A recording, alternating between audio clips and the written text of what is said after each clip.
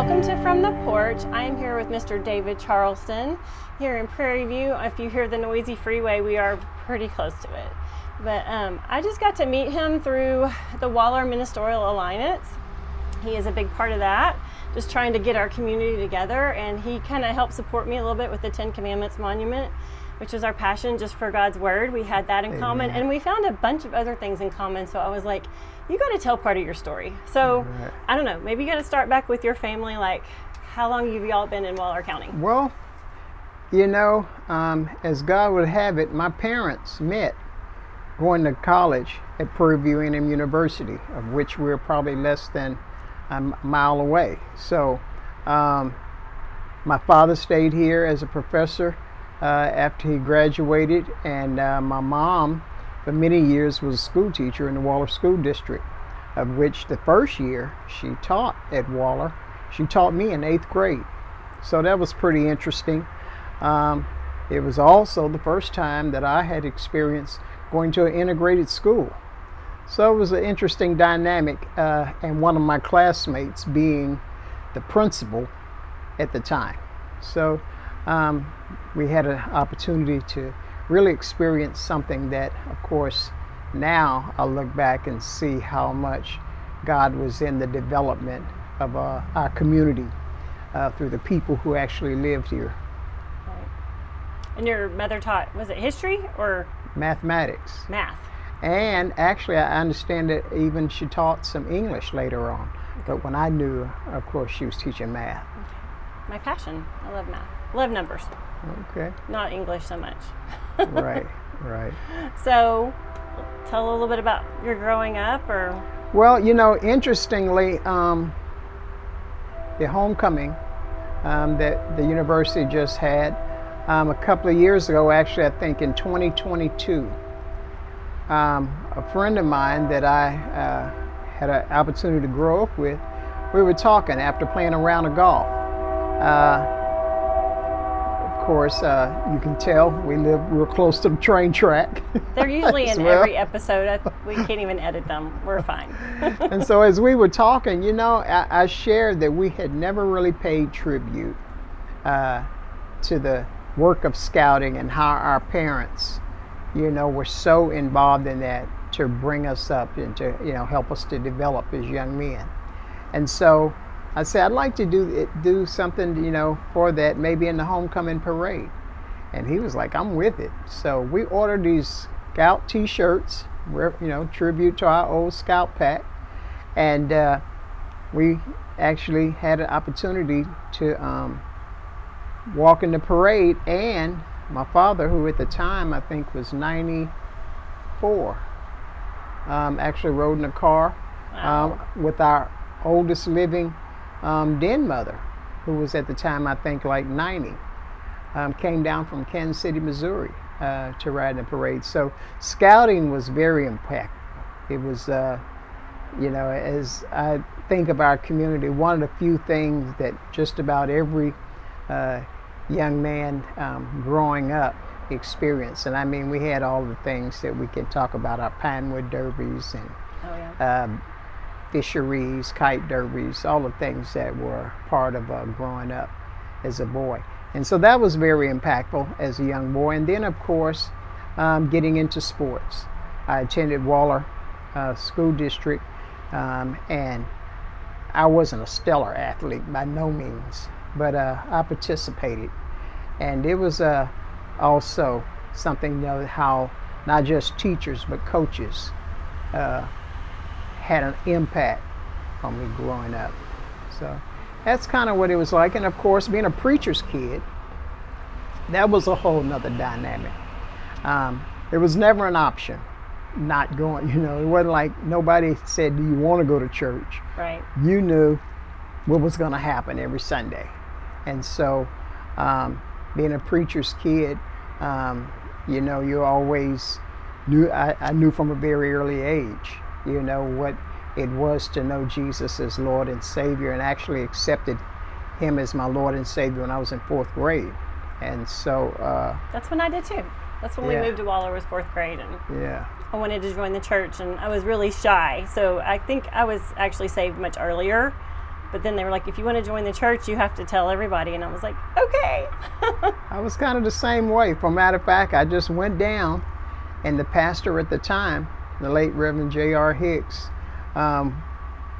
came, and he gave the invitation, and I went up and I sat down, and then it was time after the song. I kind of remember he said, okay, now stand up, son, tell everybody what you want to say. And I'm like, everybody's just, so I did, like, okay, I kind of rehearsed it, but I just said, I just want Jesus to come in my heart, you know, and everybody was like, oh, yay, you know. Nice. And I got baptized. And so where was it you were going to church then? actually, at the time, my boyhood church is Mount Corinth Baptist Church in Hempstead. Okay. And so that's where I attended until my dad had an opportunity to pastor a church out in the country part of Hempstead off 1736 going toward Brenham. And he pastored there for about 40-something years. For a matter of fact, when his health started to fail, that's when I started to go out and where I'm pastoring now. And you said it's kind of on the Brazos over there? Yeah. Really pretty? Oh, yeah, it's country for sure. When we start playing the songs, the horses come walking up, except we noticed this last Sunday. We was like, where are the horses? There was like one donkey out there. So we don't know if the property was sold, the horses are gone, I or hope what. not. I was hoping the same thing. Yeah, and that's one of the things we're talking about on these interviews is, you know, are you feeling the growth where you're at? I mean, not in Hempstead yet, but at Prairie View? You know,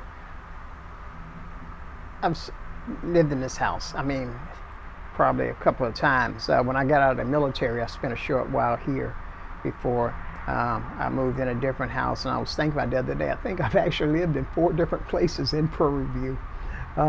And this is actually not the house I grew up in. This is the one my parents bought while I was in the military. And I spent about 5 years in the Army. I went through ROTC in college. And that was kind of a proving ground, I think, for coming out and not being so shy. Right. Where I started to, you know, take a role of leadership and be able to speak. And I think then God was preparing me to share the gospel, which actually happened for me. I answered the call in 1997. And so, yeah, it was interesting. But yeah, the communities, it's just me. I mean, I grew up here. It's a part of me. I feel, you know, a part of it. I want to give to it. You know, it's just a great thing. And you're giving in a lot of ways. I know when we started talking, I have a lot of different ministries I do, and you do too. And we were like, yeah, and this and this. A lot of ways we could kind of work together is really interesting. You want to share I think one of the real big things that I think we have in common is that of healing. We really want to see people healed and empowered, you know, to go beyond things that have held them back, that have kept them bound and shackled. And I think that is just one of the things that I think we really just... Truth. The lies you're believing and unforgiveness, why you're stuck, pretty passionate about. Yeah. I want people to be successful. This morning's Jesus Calling, very popular from Sarah Young, talked about forgiveness.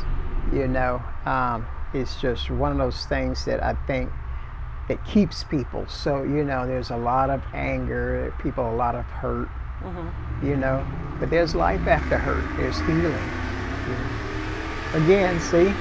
If somebody's racing their car down the street. Oh, like I said, at 5 o'clock it gets really bad. That's on the freeway. It is. Well, it's this feeder.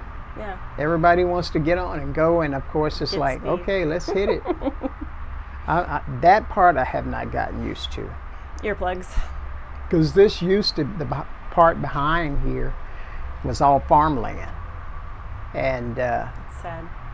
When they put in the new highway, that's all gone. Yeah. The quiet that used to be a real part, I do miss. Yeah. Well, so anyway, more back to ministry. I know you're traveling a lot too, teaching, working with other pastors. You know, actually here though, everything's closer because most of what I do is between Waller and Hempstead. You know, so I'm actually pretty close. I go every Friday morning currently to, they gave me a title, I think now. They call me a huddle sponsor. Huddle? for Fellowship of Christian Athletes, and I had no idea what FCA. I mean, I'd heard of it, but Fellowship of Christian Athletes is a powerful ministry. I really had no idea. Actually, a couple of weeks ago, they had what's called Fields of Faith in Cy-Fair at the stadium, and it's part of what they call Houston Northwest FCA. So everything kind of, I guess, from Hempstead all the way to Cypress or Jersey Village, and it's just one of those things. When I think about the way it's used, actually, Mattress Mac ran a commercial for it. I don't know. I never really saw it on TV, but it was pretty cool. And that was my first time attending Fields of Faith. They had one of the Christian rappers, I think. I can't remember his name now. Gosh, I want to say his last name was Young. I'm not sure. But it was thousands of kids showing up, and many coming down and giving their lives to Christ. Good. But yeah, it keeps me busy. I go in there. I also do mentoring at the junior high. At Schultz Junior High currently. Is it like one-on-one, or you're heading at groups? One-on-one. I go and have lunch with these guys every other week, and we just sit down and get a chance to get to know each other and talk. It is just, it's something that they get to know a little bit about a guy who actually went to Waller as they're going there, and so they kind of get an idea of like, wow. And that's an important age, junior high. It's very challenging, 12, 13-year-olds, they have some really strange ideas. I use actually, one of the resources I use for sharing is my Jesus Calling Kids Edition. Okay, I didn't know they had that. Yeah, and so when I give it, I let them, it's not even a 5-minute read, a little devotional, and I read it, let them read it. Of course, I know kind of what it already says before. And so I said, give me a thought. And they usually, it makes them think a little bit. Good. It's always, you just never know. Yeah, I worked with some junior high age from Boys and Girls Country. Right. Had several cottages that came out for probably a year, like once a week, to do the horse therapy by group. But it kind of just gets them out of their normal thing, and we're asking questions because we're doing activities, and it makes them, I don't know, it's less intimidating in a way just to have those kind of conversations. They would open up to me a lot more than they would when you're just sitting one-on-one. Yeah. We're in a big group, but I can ask them a question to the side and really get to know them. That's good. It's very, when they feel like they can open up, it really gives you an opportunity to say, hey, you can talk to me. Tell me what's going on, because if they never really have had anybody that they can talk to, and many of the ones I have, they're single parent homes. And of course, we know for me, that's one of the things. Of course, not having that experience, having mom and dad, I see how much it's needed. And so it's a thing where you get to kind of pick their head, their mind, see where they're thinking, and try to give them some guidance, But I see one of the things that I found, how important looks are to them, how things appear. Peer pressure now, it's not like what it was in my day. Worse? It's a lot worse. Well, and the technology, they care so much more about what people think. I never really did. You didn't? I don't know. I had Jesus early, and if it wasn't important to God, I don't know. I'm pretty thick-skinned. So, did you have like a real small group of friends? Our class, we just had our 35-year reunion. We were just the best class. There wasn't cliques. We all there was cheerleaders and band and FFA. We were friends from growing up since 4th grade. And as we got into our different things, we still just hung out at the pep rally or after the game, and it didn't matter. I think we had a lot of Christians. Their hearts were just kind, grew up with a lot of integrity in their families, that there was just not much bullying or anything. It wasn't tolerated by those that maybe were in the top of the class. Right. We wouldn't tolerate that. Yeah. I don't know. That's a very different thing. One of the teachers last year, now apparently it's better this year, it's just that, as you're saying, that camaraderie, You know, the unity, you know, you're part of something a whole lot bigger than yourself. You know, it seems to be getting better, but last year some of the teachers talked about the amount of anger, you know, from whatever the source was. I don't really know, but I know Jesus makes the difference. I feel like most of my teachers were Christians. They either went to Waller Baptist or different churches, and I felt like it came from the leadership, the principal. It was like everywhere. I mean, it wasn't preached, it wasn't, but you just felt it in the love. It was lived. It was lived. It really was. And that's what you know, I'm doing now a series on Christian sportsmanship from a Fellowship of Christian Athletes. And first week was humility, and we did respect, or no, what was after that? Anyway, this Friday we'll be talking about patience and gentleness, which can be difficult for adults. It's harder for me because I am really passionate about truth, so I have a hard time being gentle with that as much, but that's the hard one. Yeah. And like I tell them, I have to hear it before I share it with them. So, you know, it's working on me as well. Nice. Even I think, you know, when you have to teach it, you know it better. For sure. Yeah. Pretty much a teacher. Well, any other ministries you want to share? I know we've done prayer together of praying for the schools, but... Well, the Waller Ministerial Alliance is, I'm trying to figure out how to describe it. When I started with it, I just came to it because, you know, I enjoyed the idea of the churches coming together to make an impact in our community. And so that's still a much needed thing. You know, there's a lot of churches that were just kind of separated doing our thing. And so that's one of the things that I really, now we do more events together. We really used to do the Freedom Fest. Yeah, you said the 4th of July, which is since COVID, I guess, hasn't construction happened. And the new football. Not having the resources to actually put it on has really caused a problem with that. So I don't know where we'll be going. But it is great for the churches to be able to say, you know, we may disagree on some little things that we believe, but we can still come together and support our community with some big events. So we need a new kind of event if anybody has ideas. And there's the National Day of Prayer event, which is the first Thursday in May We every should be year. able to agree on that. It's really been good. I mean, and this last one we had last year, the students have really taken kind of the leadership on that. Good. You know, and doing it along with past area pastors and churches. So that's been very key.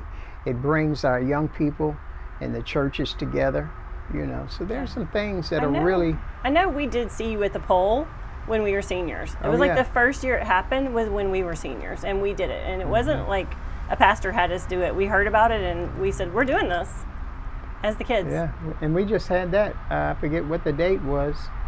But yeah, we met... For a matter of fact, several schools did it. I attended the one at the high school, but we had some at, I think, Jones Elementary. I think, is it Holloman?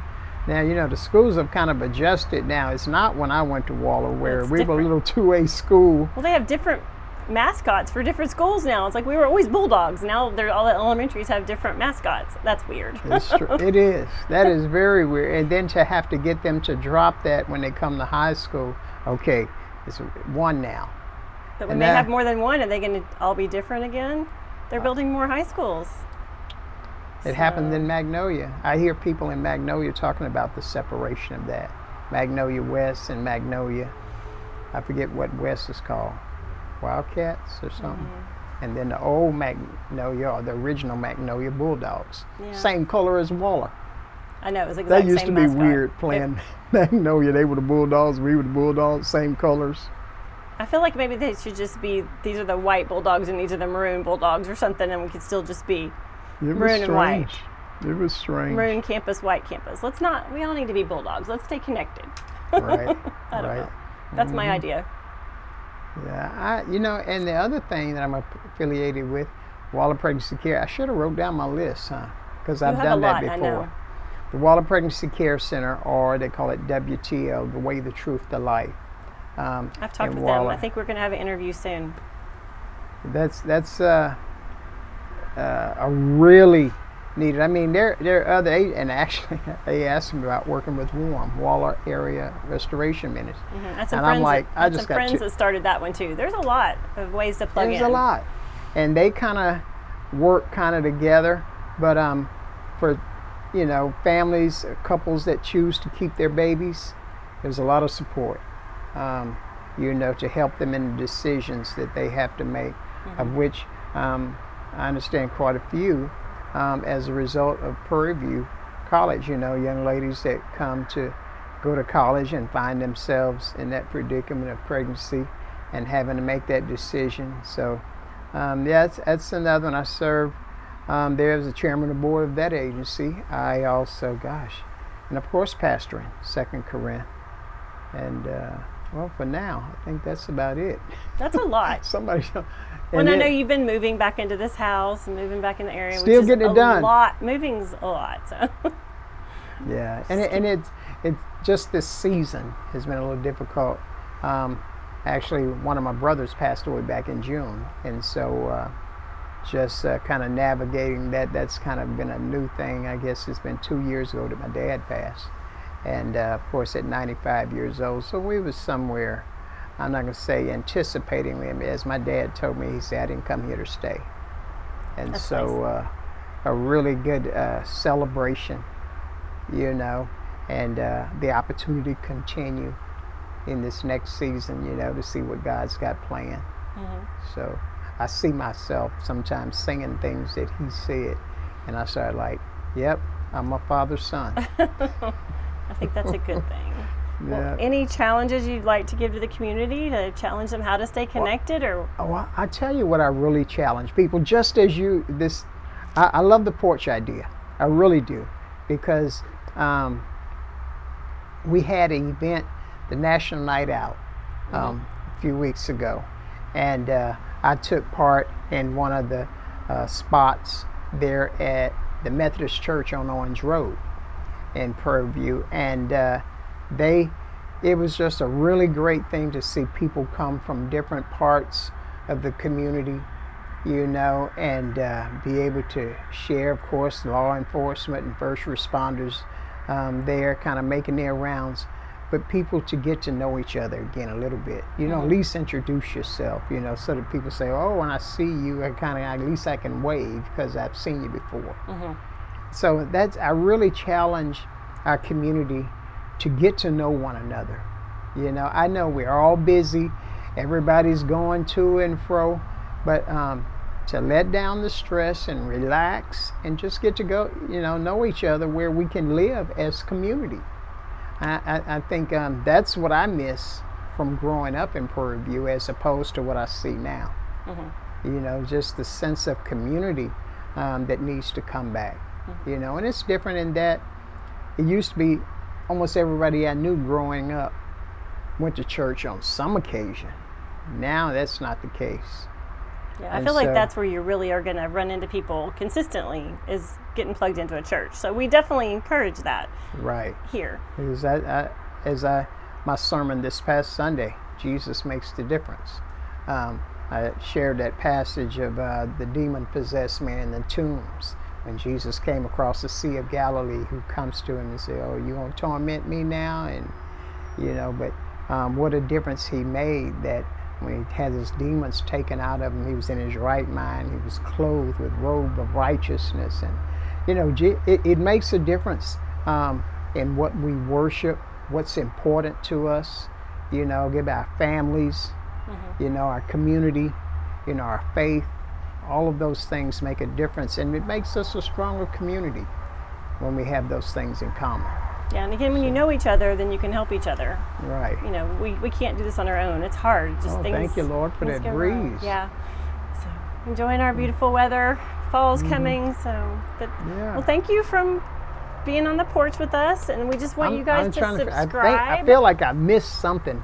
It's just There's so much. always more stories. So I encourage you to get to know him. Maybe he'll invite you to the porch, come to church, but subscribe and share with your friends so that they can get to know their neighbors. There'll be a different one every week, and so there's always something new to learn, new ways to find that we can connect. But just we would love for you to share and join us.